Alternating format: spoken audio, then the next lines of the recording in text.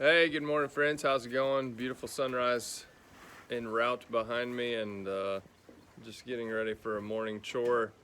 I often remind myself when I used to teach school of this one marching band show I wrote called Nerds versus Idiots, and it was it was written on some uh, ancient wisdom from one of the Greek philosophers. I think it was Plato or Aristotle.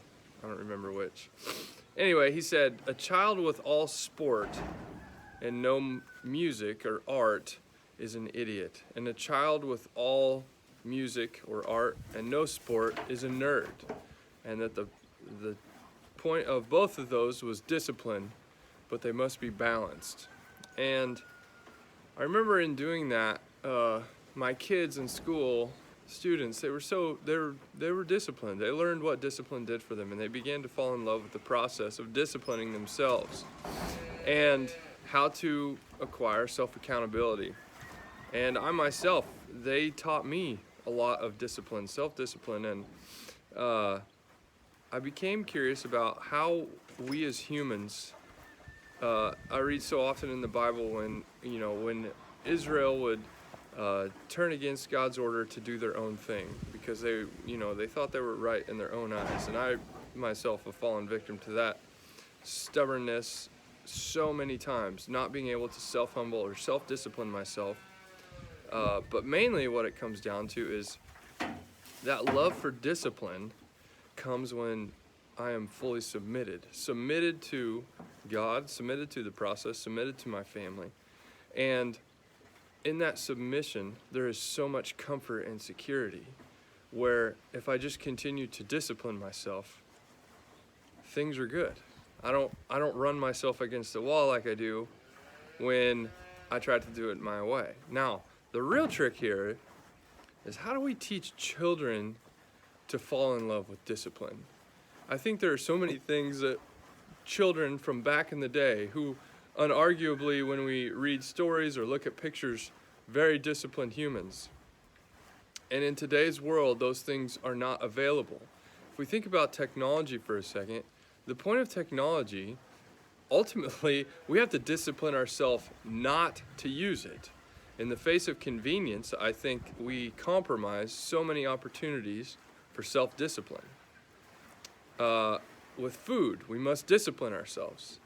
The Bible says it's not a sin to be obese, or it's not a sin to be, what do they call it, a sluggard or a drunkard. It's a sin to be undisciplined. And I remember that 100 times over again. It's a sin to not be disciplined. And I think about how many, how many times does that sneak into my finances where I'm not disciplined? You can't improve those things that you do not track. I remember that comment a lot from my principal. He's like, "Hey man, this sucks because you haven't kept track. You haven't been diligent in tracking progress of it, and you're not going to improve it until you do. You have to. The point to management is careful tracking." One of the things I look up to my brother-in-law so much for. He's a very tedious tracker. And therefore manages things at a super high level.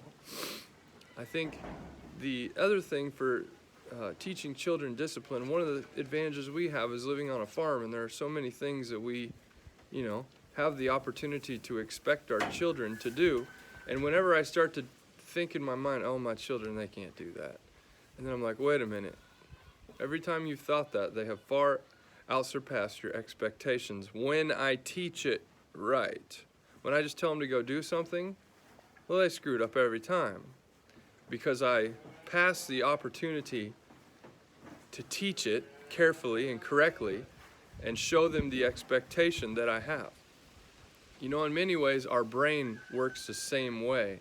When we stifle ourselves when we're trying to analyze, we have paralysis through analysis. You've heard that comment before.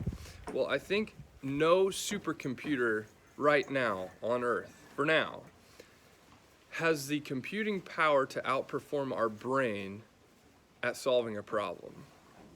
Our brain, when we explain the problem to our brain the right way. I'm honestly a firm believer that our brain can literally solve any problem. What happens is our ignorance gets in the way, and we don't want to be honest with our brain of here's really what's keeping us from solving the problem. Relationships, husband and wives, that's a big thing that, our brain could just be super blunt to us men. Well, you jackhammer, if you'd stop doing this, you wouldn't have that problem anymore. But we don't want to admit to our brain that there are things happening or be disciplined to fully explain the problem in its entirety. And you're looking at one of the best of them, who's really good at not explaining the problem in its entirety. Ugh, I hate that about myself. So going back to children,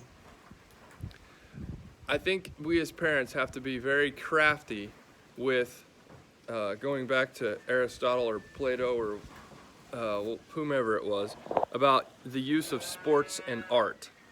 I believe the purpose of both of them is discipline, but with sports, for those who could consider themselves a sports family that don't get much art time,